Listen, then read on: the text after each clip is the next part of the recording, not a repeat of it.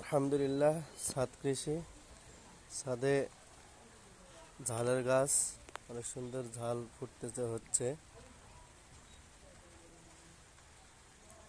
এখানে যদি কেউ চায় এরকমভাবে, কারো ছাদে যদি এরকমভাবে কেউ ছাদ কৃষি করতে চায়, তাহলে সে বিভিন্ন ধরনের গাছ লাগাইতে পারবে। যেমন এখানে আছে পালং শাক, লাল শাক, ঝালের গাছ, খুড়া, পুঁই শাক, ঢেঁড়স। এই যে ঢেঁড়সের গাছ, এই যে পুঁই শাক সুন্দর হয়েছে আলহামদুলিল্লাহ। আপনারা দেখেন, আপনারা চাইলে আপনারাও নিজ নিজ বাসার ছাদে এরকমভাবে ছাদ কৃষি লাগাইতে পারেন। এই যে বেগুনের গাছ ফুল ধরতেছে আলহামদুলিল্লাহ।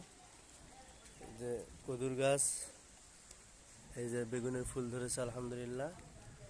আপনারা এভাবে নিজ নিজ বাসায় ছাদ কৃষি করে নিজেদের বাসায় এরকম করতে পারবেন। এই যে দেখেন, খুব সুন্দর। এই যে ঢেঁড়সের গাছ, ঢেঁড়স ধরেছে অনেক সুন্দর আলহামদুলিল্লাহ। আল্লাহ তাআলার কি নিয়ামত, অসীম নিয়ামত। এই যে দেখেন ঢেঁড়স, মাশাআল্লাহ মাশাআল্লাহ আলহামদুলিল্লাহ। কলমি শাক, এই যে কলিম শাক, হ্যাঁ দেখেন। এই যে আরও এখানে বেগুনের গাছ, এখানে ঝালের গাছ। করলা গাছটা একটু সমস্যা হয়েছে, যার কারণে মারা যাচ্ছে গাছটা। এই যে বেগুনের গাছ সুন্দর ফুল ধরেছে, ঝালের গাছের অনেক সুন্দর ফুল ধরেছে। আপনারা এভাবে আপনাদের নিজ নিজ বাসার ছাদে করতে পারেন। দেখেন সুন্দর কদুর গাছ হয়েছে অনেক সুন্দর। এই যে ঝাংলি দেওয়া হয়েছে ছাদের মধ্যেই, কি সুন্দর করে। আপনারাও চাইলে এভাবে দিতে পারেন নিজেদের বাসায়।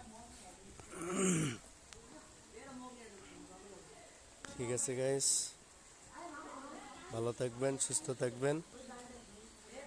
আসসালামু আলাইকুম রহমতুল্লাহ।